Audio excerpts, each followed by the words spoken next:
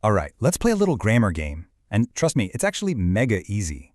Transitive, intransitive, ever see these words and just kind of zone out? Yeah, you're not alone. So let's just forget those official terms. We're going to play a simple game instead. First up is the transitive verb. But for our game, we're just going to call it the hitter. A hitter's action has to travel to something. It always needs a target to hit. So how do you spot one? Easy. Just use the who or what test. Okay, let's give it a shot. Imagine a carnival scene.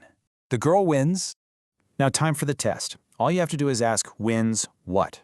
A giant teddy bear? See, it has an answer. So wins is a hitter. Simple. And this works for all kinds of carnival actions. You start to see the pattern, right? Okay, let's meet our second player. This one's got a totally different style.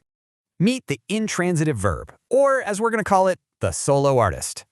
The action of a solo artist is complete all by itself. No target needed, period.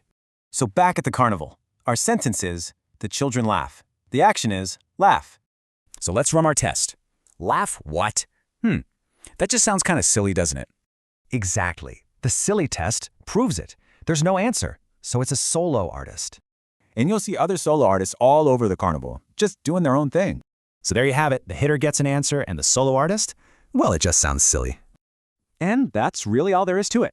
Now you know how to build much stronger sentences. So here's a final thought. What hitter actions are you going to do today?